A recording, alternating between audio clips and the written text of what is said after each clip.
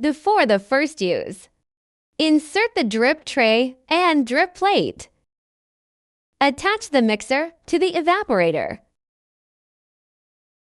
Push the bucket to a line and insert it on the machine. While pushing the bucket, turn the fastening rods clockwise to secure the bucket firmly. Pull out the latch and take out the spring from the handle joint.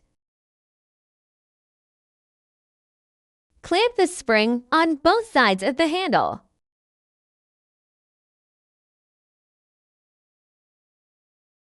The valve rod should be moved up.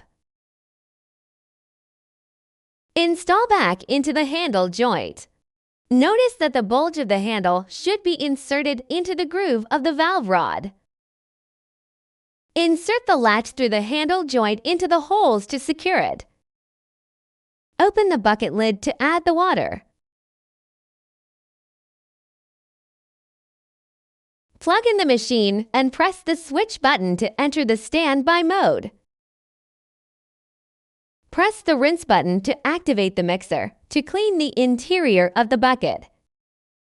Put a cup under the drinking outlet and pull the handle to discharge the water. Repeat the steps several times if necessary.